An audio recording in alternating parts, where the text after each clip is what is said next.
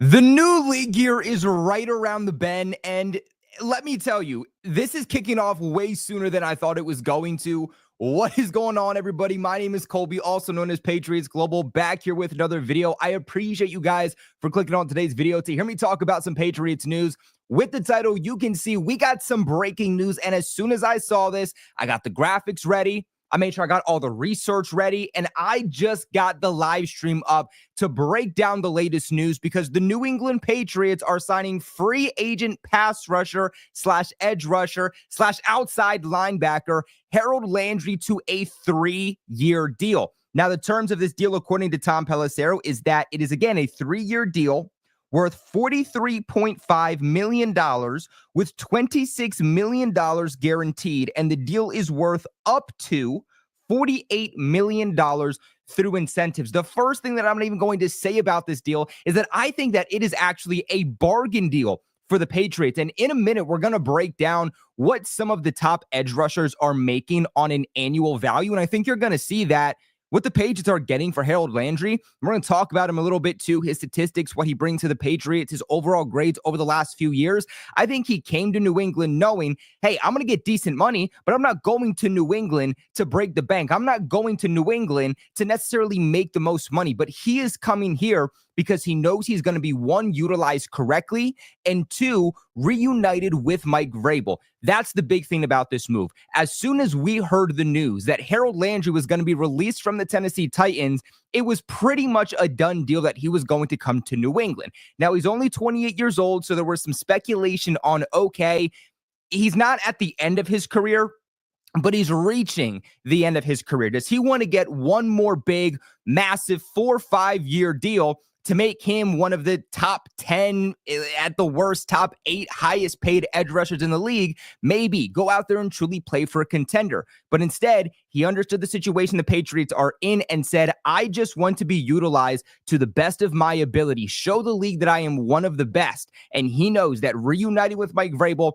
is the best way at doing so. Now, before we continue to break this down, though, Aaron asks a great question. By the way, shout out to Aaron, first one in the chat. Shout out to all you guys that are in the chat for this breaking news, though. But I think Aaron has a question that a lot of you are going to have, and that is, hey, I thought the legal tampering period didn't start till tomorrow.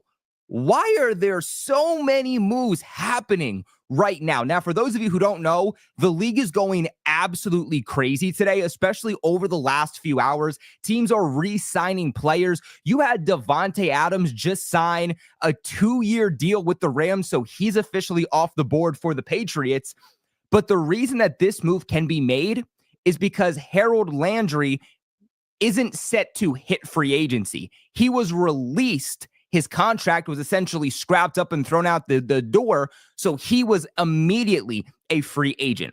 Just like if Christian Kirk would have actually had been released from the Jags and not traded for a 7th-round pick to the Texans, if he was just straight up released, yeah, he had more years on his contract, but they ripped up that contract as soon as they released him, which allowed him to become an immediate free agent. The legal tampering period, the start of free agency, what that signifies is the start of a new league year. Right now on Sunday it's 7:30 for me right now. So Sunday at 7:30, the current time I'm making this video, it is still technically the 2024 season. But once the legal tampering period starts, free agency starts, that is when it is a complete new league year and 2025 starts. So that's why guys that are expected to hit free agency over the next couple of days, they're not technically free agents yet. But because Harold Landry was released, he is technically a free agent. Now, let's just go ahead. I actually want to show this to you guys here now. These are some of the highest paid edge rushers currently in the NFL. You got Max Crosby, who just got that massive deal. He's making about $35 million annually.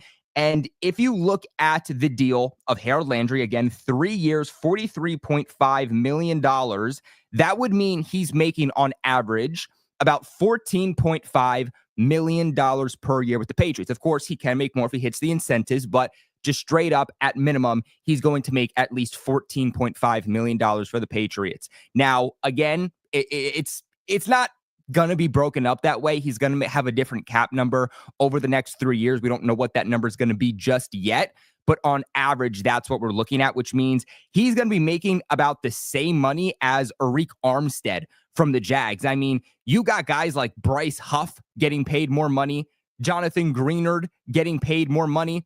You have Alex Highsmith getting paid more money.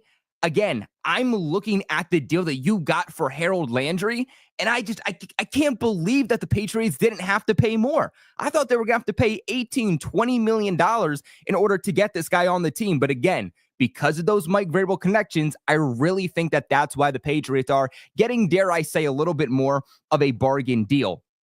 Now, Landry is still playing at a high level, and that's the other thing, is that he's, like I said earlier, 28 years old.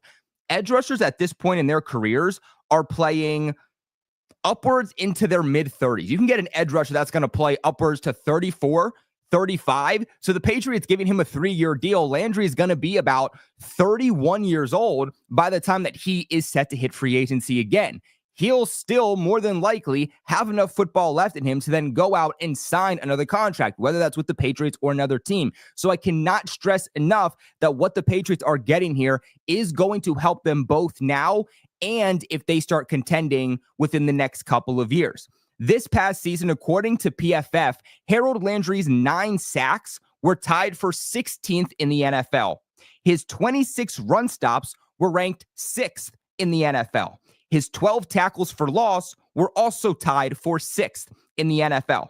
He also had an 82.2 run defensive grade, which was 5th in the NFL. What the Patriots are getting with Harold Landry is an all-around edge rusher. This is your number one edge rusher, Patriots fans. We've been asking ourselves, do they go out in the draft and get that guy? Do they go ahead and do they make a trade for like a Trey Hendrickson from the Cincinnati Bengals? No. They have their guy, and this is the guy who is in every single down defensive lineman. He does not need to come off the field. He is not just simply a pass rush specialist. He's not going to be your Anthony Jennings who simply comes in and only stops the run. He stays on the field because he can do all the above at a high level. He can get to the quarterback at a high level. He can get pressures. He can get sacks at a high level, but he also is going to make his name heard in defending the run. And that's been a massive problem for the Patriots, especially last year, was 1, their inability to stop the run, but 2, get pass rush. The Patriots in both of those categories, in stopping the run defensively and getting to the quarterback, they were one of the worst units in the entire National Football League.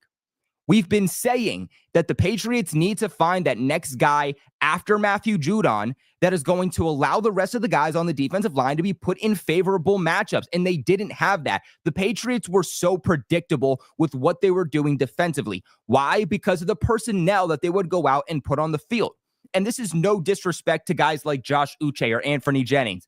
Love both of those guys. Josh Uche, I actually got to meet. Great guy. But when Josh Uche was on the field, you know that the Patriots are putting their personnel out there to get to the quarterback. You know that if you switch up the play and you switch it to a run play, you're going to have a successful play offensively. But if you had Anthony Jennings on the field, you knew, all right, realistically, you probably don't want to run the ball. You especially don't want to run the ball towards Anthony Jennings. Now what opposing offenses are able to do is switch from a run play to a pass play. When you have guys like Harold Landry on the field, it makes your defense a lot less predictable. Because again, no matter what the offense is going to try to do on the other side, whether it's run the ball or pass the ball, Harold Landry is going to be a guy that's going to be able to make his name heard in every single phase. Now, the next thing that I want to do here is share some of his other grades and statistics. So let's go right back here. I'm going to pull this up for you guys. So this was Harold Landry's overall PFF grades this past season. Let me make sure you guys can see this. All right, perfect. So, all right, here it is. So this past season, according to PFF, he had an overall grade of 50.5, a pass rush grade of 49.6, and a run defensive grade of 82.2. His overall 70.5 grade ranked 51st out of a qualifying 211 edge rushers. His 49.6 pass rush grade was 197th out of a 211 qualifying edge rushers, and his run defensive grade was ranked 7th out of a qualifying 211 edge rushers. Now, on top of that, his 9 sacks ranked 19th out of a qualifying 211 edge rushers. His 42 solo tackles ranked 4th in the NFL amongst 211 qualifying edge rushers. Didn't have any forced fumbles, but if we scroll down here, he had 38 total stops, which is, being stopped. I believe it's being stopped at or behind the line of scrimmage is considered a stop, and he ranked 6th in the NFL with 38 of those. He had 15 hurries, which ranked 78th in the NFL. He had 6 quarterback hits that ranked 49th, 30 total pressures, which ranked 63rd, and 1 batted pass, which ranked 31st in the NFL. Keep in mind, too, this was his first year without Mike Vrabel. If we go back and we look at maybe his 2023 season, it looks a little bit more better all around. He was a better all-around player. In 2023, he had an overall grade of 64.6, a pass rush grade of 62.6, and a run defensive grade of 64.2. He also had 9 sacks in, I think that's still talking about 2024. Let's go down here and see. So we had, they're saying he had 9 sacks yet again in 2024 again. I think we have to switch this real quick. That's my bad, guys. Okay, here we go. So his grades were correct. That was from 2023. But when it comes to his statistics, apparently PFF makes you switch both of those. He had 11 sacks under Mike Vrabel. That was Mike Vrabel's final year in Tennessee. 11 sacks in 2023 that ranked 18th out of a qualifying 197 edge rushers. His 40 tackles, solo tackles at that, was ranked 10th amongst 197 qualifying edge rushers. His hurries, he had 26 that ranked 51st. His 10 quarterback hits was ranked 26th, and his 47 hurries were ranked 41st in the NFL. Excuse me, I'm twisting over my words here a little bit. And then lastly, I want to look at 2022. When looking at 2022, he actually was out the entire season with a torn, I believe it was ACL. But looking at 2021, so this is like the last 3 seasons he's played, 2 under Mike Vrabel, 1 without Mike Vrabel. He had an overall grade of 63, a pass rush grade of 56.5, and a run defensive grade of 60.6. He had 14 sacks just back in 2021. I think you look at Harold Landry, and I think when he's in a system, more specifically Mike Vrabel's system, that actually knows how to utilize him, he simply gets better each and every single year, especially from a run defensive standpoint. And again, having a guy who's going to be able to be on the field in all 3 phases, make an impact that you need in all 3 phases, but also give you a guy that's going to make your defense less predictable, going to be a guy that you're going to get the best out of him because he worked with Mike Vrabel in the past. I think that this is an A+ signing. For everybody saying, what does this mean about Trey Hendrickson? What does this mean about Abdul Carter? I would say that those are off the board. When it comes to Abdul Carter, I never thought Abdul Carter was going to be there at 4. I think if somehow a miracle happens and Carter falls down to number 4, the Patriots will still take him. But I think this move solidifies the fact that they're not expecting Abdul Carter is going to fall to 4. They're fine with not getting Trey Hendrickson. This more than likely is going to be your big move this offseason at edge rusher. And I think Patriots fans should be 100% happy with the move. Now, with that being said, I think they do still need help. You have your number 1 edge rusher, but I think you still need that guy opposite of him. I like Keion White, but I think Keion White is a guy that's going to be more in that Dietrich Wise role, a guy that's going to play all over the formation defensively on any given week, depending on the matchup offensively. He can play on the edge. He can play on the interior. Again, I don't think that Keion White is your full-time edge rusher too. I think he's someone that, again, fills that Dietrich Wise role and plays all over the D-line in certain packages. I think their edge rusher 2 is going to be someone that probably comes through the draft. I don't think the Patriots at this point are going to go edge rusher in the first round unless, again, someone like Abdul Carter falls to them.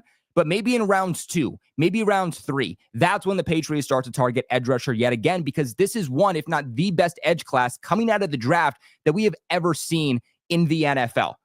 Honestly, I think in a perfect world, you got Harold Landry signed for the next 3 years. What I would do in rounds 2, I mean, some people have him projected as a 3rd round selection. I think he's going to go in the 2nd.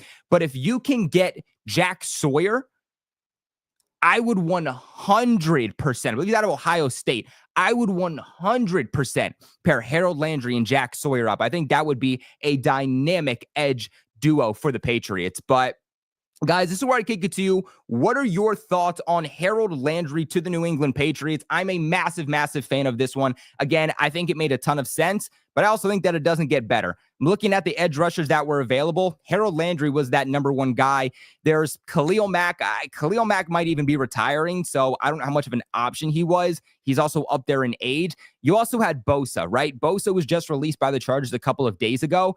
I still would have preferred Harold Landry. Why? Harold Landry, he stays on the field. Harold Landry was utilized with Mike Vrabel before. So you know that what you saw during Harold Landry's time in Tennessee, you know that that's going to translate here in New England. And I think that the best ability in sports is availability. And again, that's something Landry has that Bosa ultimately doesn't.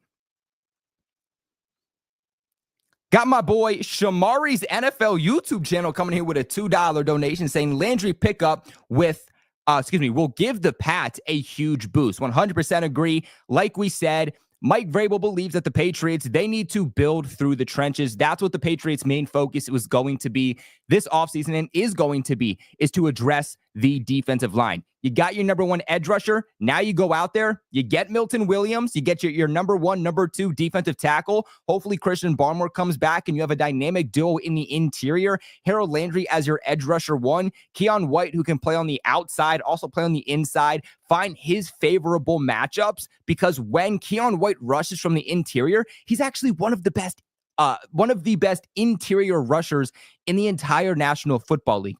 I think the Patriots can really start cooking with some gas. But again, it just comes down to what are they going to do with the interior? Can they land Milton Williams over the next couple of days? Can they get Christian Barmore back? Because if you're telling me the Patriots get a healthy Christian Barmore, Milton Williams, and Harold Landry, this defensive line is going to look drastically different than what we have seen in recent years. But shout out to my boy Shamari for the $2 donation. Want to make sure I get into any questions that maybe you guys have about this move. Colby, we doing a draft party again? Brady Goat, I believe we are. Unless Bleacher Report tells me I got to work, we are 100% doing a draft party for night one back on here.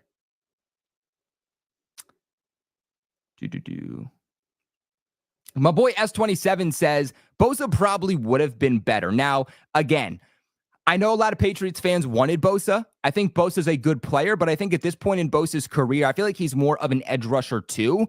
Not because he can't be an edge rusher one, but again, because of his inability to stay on the field. The best ability is availability. When Bosa's able to stay on the field, he plays at a high level. But you cannot have an edge rusher one that you cannot rely on to stay on the field. I also think that Bosa at this point, I don't think he's chasing money. Bosa's made a lot of money throughout his career. He's still going to make a lot of money even after being released by the Chargers. I think he wants to play with his brother down there with the San Francisco 49ers. So that's where I think Bosa's going.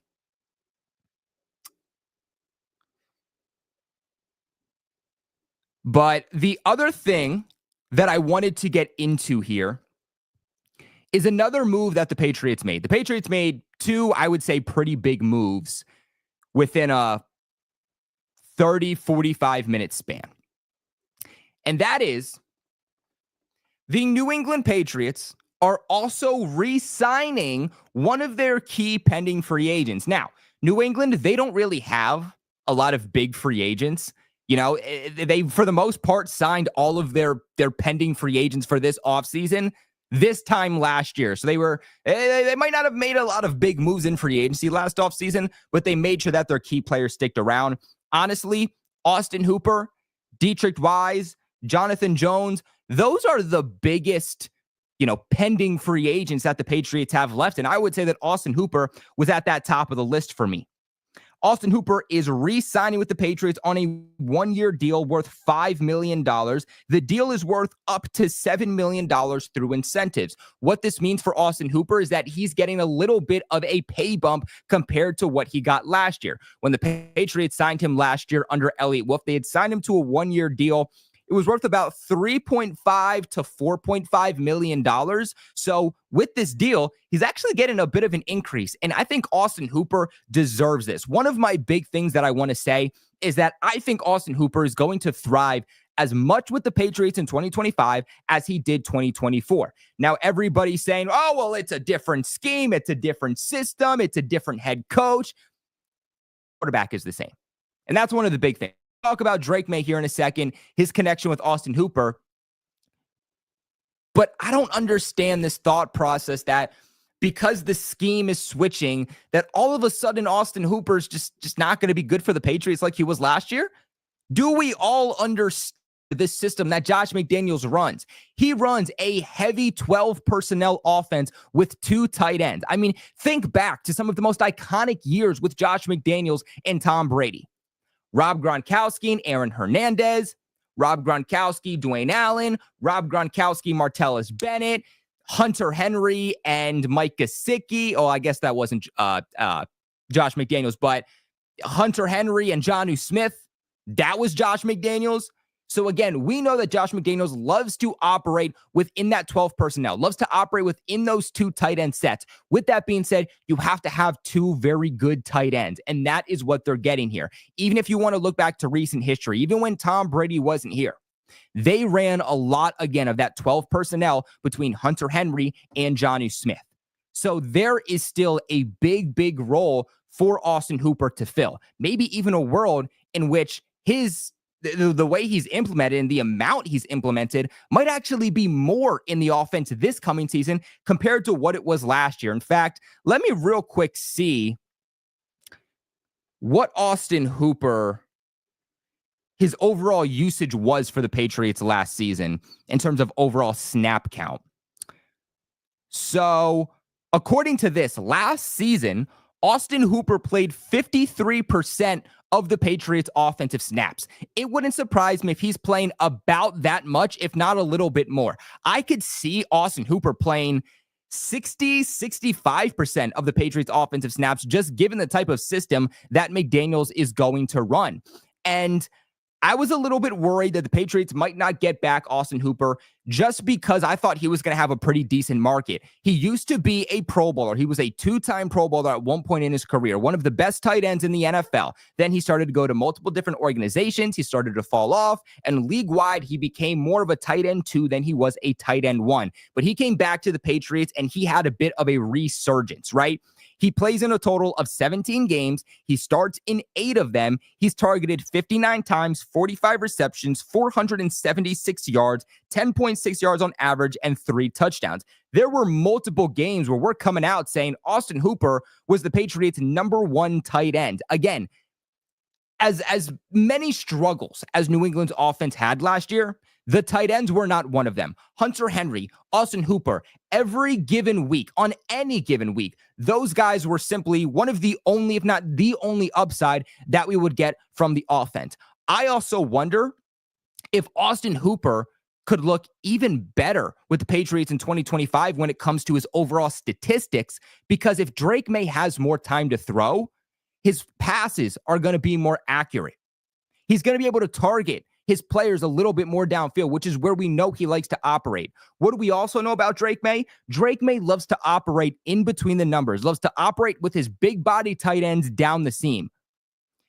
With Austin Hooper, he's not a Jaheim Bell. And that's what I've heard other Patriots fans talk about. Well, why do you re-sign, Austin Hooper when you got Jaheim Bell, who you just drafted? You got to give the guy a chance. Jaheim Bell is more of a big-bodied wide receiver than he is a tight end. And the reason that you can't play Jaheim Bell at wide receiver is because he's way too slow to play as a wide receiver, but he's considered fast for a tight end. But he's not your classic tight end. He's not big enough to be your classic tight end. He's not an inline tight end that you're running throughout the seam. He is a gadget type of tight end. He's the guy that you're going to use, as H-back. You're going to be able to put him in the slot, put him outside, put him up the seam. You can use Jaheim Bell in multiple different ways, but you're not going to utilize him the same way you would utilize Hunter Henry, Austin Hooper, Rob Gronkowski, Aaron Hernandez. If anything, and this is a very light comparison. If anything, Jaheim Bell is more of a Jonnu Smith type of role. So with that being said, that's why the Patriots needed more depth here. They needed a tight end too, given the type of system that McDaniels is going to run. And I think Austin Hooper is the perfect guy for the Patriots to bring in. Now, I've heard Patriots fans also say, well, what about Michael Mayer? Why do we not bring him in? Rumors going around that the Raiders are shopping Michael Mayer, who's heading into his third year. Why do the Patriots not give up a second, third round pick for him? And as much as I would have liked that, I think they're officially out. Now, there also was rumors that maybe Josh McDaniels, Michael Mayer, maybe they didn't necessarily get along. So maybe Josh McDaniels goes to Vrabel and Ellie Wolf and says, hey, good player, but I'd really rather sign Austin Hooper than give up draft capital. And that's the other thing. With Austin Hooper, you are getting a poised veteran, a guy who was a security blanket for Drake May throughout the entire season this past year. It was, again, one of the only upsides, one of the only bright sides the Patriots had all year. I'm sure the Patriots, I guess they want to get younger, but I'm sure the Patriots, they also want guys, they want veterans on the team that can help lead the team, can help lead your young quarterback, can help him in times of desperation, in times of question, and just be players that know where to be, know how to play, and can be on the same page as your quarterback. And that's something that you're not getting with Michael Mayer. Given where this team is also at, I don't think we should expect the Patriots to make a lot of trades. Yeah, I've heard Patriots fans, say, we have a lot of draft capital. We have a lot of cap space. Why don't we use our draft capital to go make trades for established players? And while I'm not telling you that there's never going to be any type of trade, what I am telling you is that given how rough this overall roster is, the Patriots understand, Elliott Wolf, Mike Vrabel, they understand that the way to build a successful team long-term, to build stability with a good team long-term, is by building through the draft. And with that being said, if the Patriots can go out with the high-end draft capital that they have, early picks in each round, if they can hit on those players, you're getting high-end players, young players on rookie deals for 4 upwards to 5 years if they get them on that, first round, 5th year option. So again, why not roll with Austin Hooper, who works in your system, instead of having to give up a 2nd or 3rd round pick for Michael Mayer? I'll take Austin Hooper 10 out of 10 times. But you guys are killing it with the super chats. Want to make sure I get into these for you guys. We got Fancy coming here with a $2 donation. Really appreciate you, Fancy. You said DK to this. Shut up. I saw something come up with the Steelers. I got to check this. Are you lying to me? Is this a joke? Hold up. You guys are going to react to this in real time with me, because I saw something pop up with the Steelers.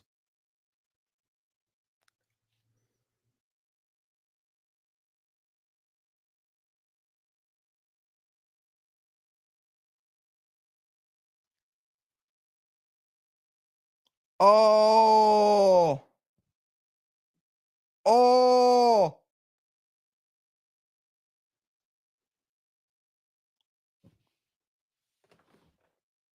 Oh my. Oh, Fancy, my guy. You are not lying. The Pittsburgh Steelers are trading for Seahawks superstar wide receiver DK Metcalf. Wow. Moves are happening way sooner than they usually do. Okay? Usually, people think these moves happen on the first day of free agency, which is Wednesday. I've come to learn, no, it happens on the 2 days of legal tampering. Apparently, moves happen even before legal tampering now. I don't know what they gave up. So you're saying a 2025 second round. It's also being reported that the Steelers are giving DK a mega 5-year extension worth $150 million.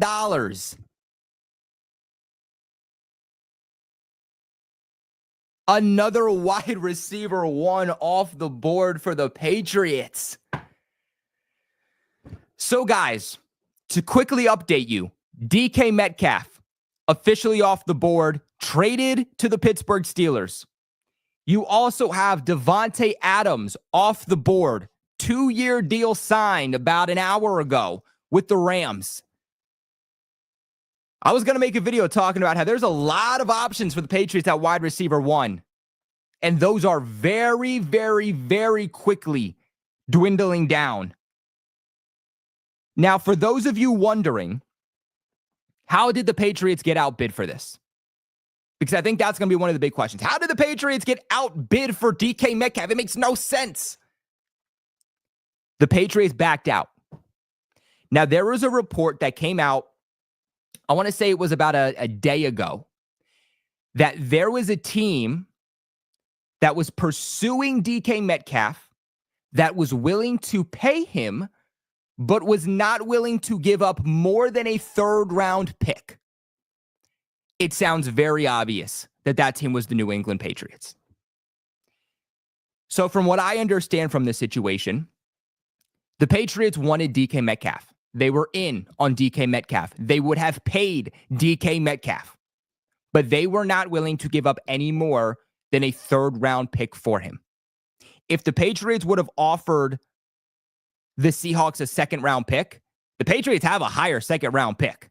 I mean, their 2nd-round pick is essentially a back-end 1st-round pick, if you really think about it.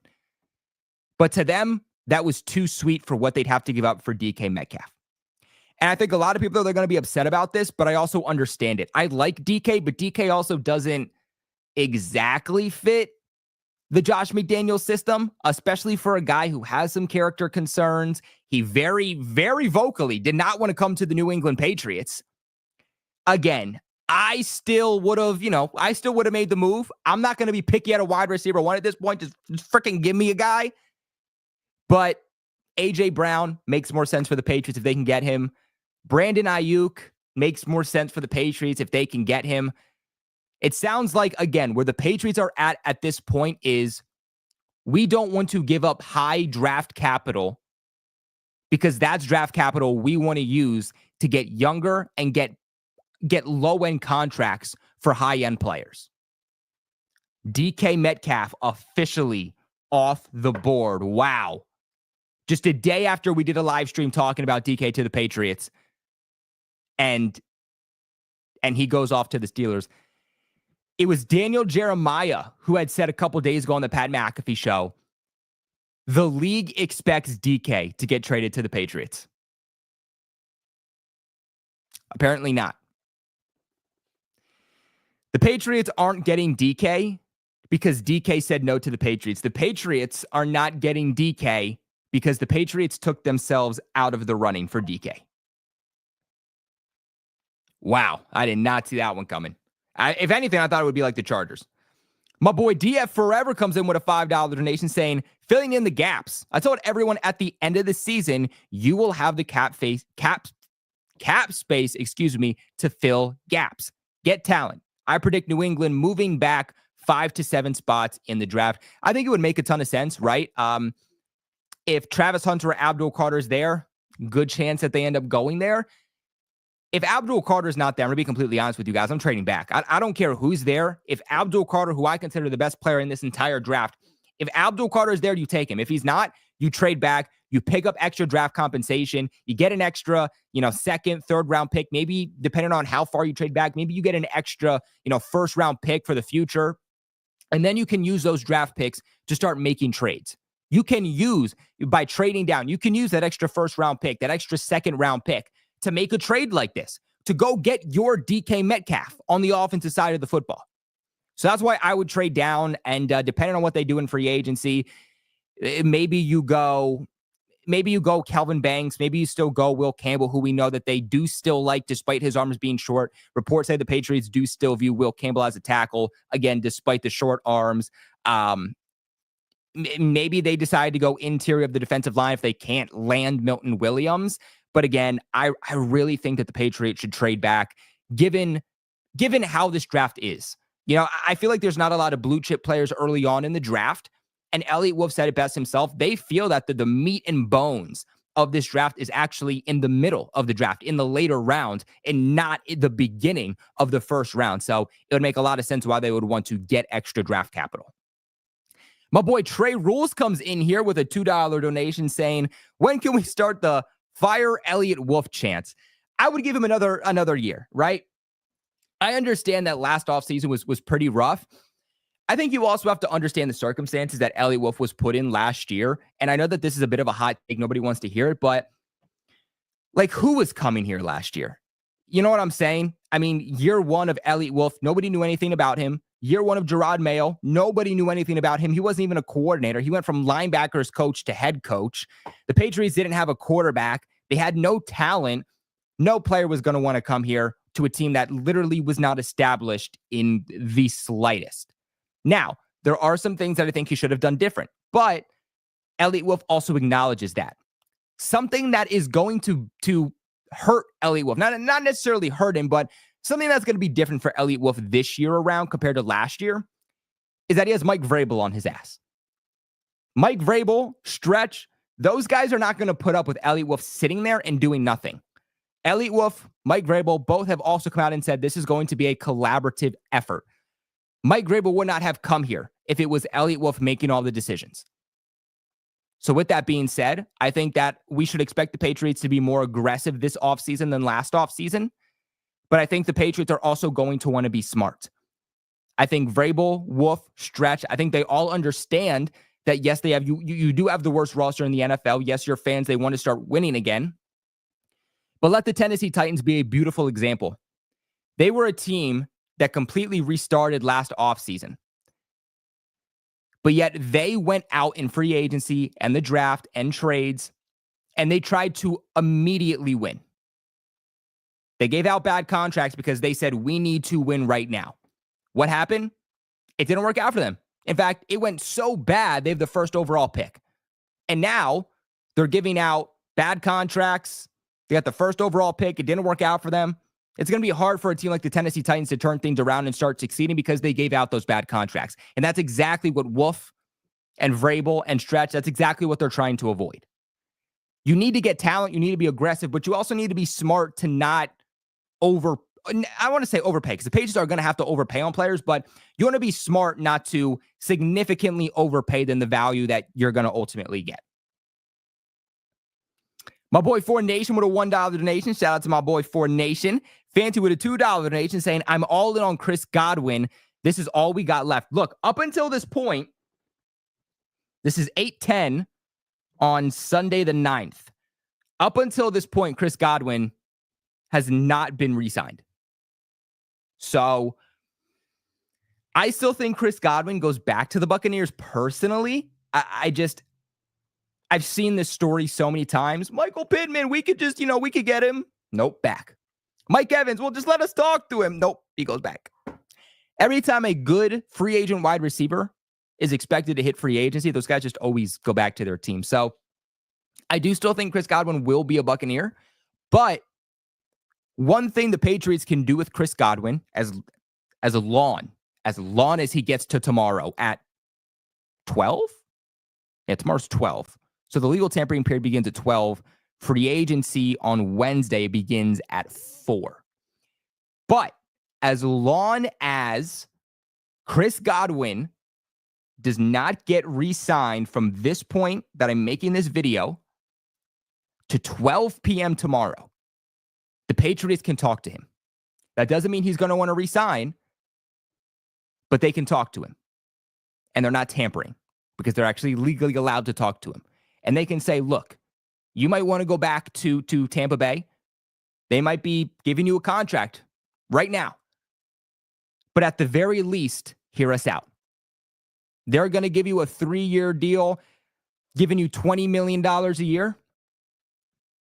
We'll give you a 4-year deal worth $28 million a year. And then Chris Godwin is in a point where he either has to say, I want to end my career as wide receiver 2 with the Tampa Bay Buccaneers taking less money, or I want to go to the New England Patriots, start fresh, but be the wide receiver 1 on a longer deal, making significantly more money. What the Patriots are going to have to do with Chris Godwin is really force his hand. Give him a deal that he is going to have to cry himself to sleep if he turns it down. That's where they're at. DF with another $2 donation saying, FYI, there is not a reliable source on DK. So DF, this is coming from NFL Network. So this is coming from Ian Rappaport and Tom Pelissero, both saying that the Seahawks are sending DK Metcalf to the Steelers in exchange for a 2025 second-round pick. The wide receiver also gets a new deal. So DK, he's officially gone. He's officially out. And that is officially not an option for the Patriots. But you know what the Patriots do have? Pats Nation, the Patriots got Harold frickin' Landry. And I know that that's the defensive side of the football. I know it's not the offense. I know there's a lot of work to still be done. And we shouldn't expect this offseason to give us all of the missing pieces we're looking for. This is going to take multiple years to really fix this team. But Harold Landry on a 3-year deal gives the Patriots something that they needed oh so desperately heading into this offseason. And that was a true game-defying edge rusher one. A guy that is going to dictate double coverage. A guy that is going to open up the rest of the defensive line. And they are officially getting that here with Harold Landry. I am absolutely ecstatic about this move. This is going to be so fun to watch. Finally, a guy back on this defensive line that I can look forward to watching on any given week. Now, let's continue to build up that defensive line. Give me Milton Williams this time tomorrow, baby, because let me tell you, if you can get Milton Williams, you can get Christian Barmore. Now you got Harold Landry. How do you stop that? You can double team Harold Landry, but you give in Milton Williams and Christian Barmore one-on-ones. You can double team Barmore. You can double team Milton Williams. You can focus on making sure your interior is locked up. But now you're giving a veteran in Harold Landry, former Pro Bowler, one-on-one matchups.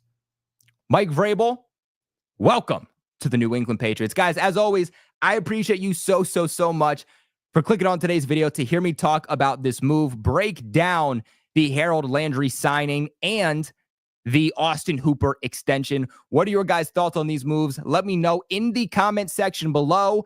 And of course, make sure you guys subscribe to the channel for all your New England Patriots news, thoughts, reactions, analysis, breakdowns. Legal tampering begins tomorrow. Things are about to get absolutely insane. You guys think it's crazy right now? Wait till every single team in the NFL is allowed to start talking to free agents. It is going to get insane. We're going to have a lot of breaking news. The Patriots could even potentially trade away some of their own players. I don't think that's surprising at all. Make sure you guys subscribe, hit that bell notification so that you get notified every single time I post a video or go live with breaking news. I promise you're not going to want to miss out on it. But as always, I appreciate you guys so much for watching, and go Pats.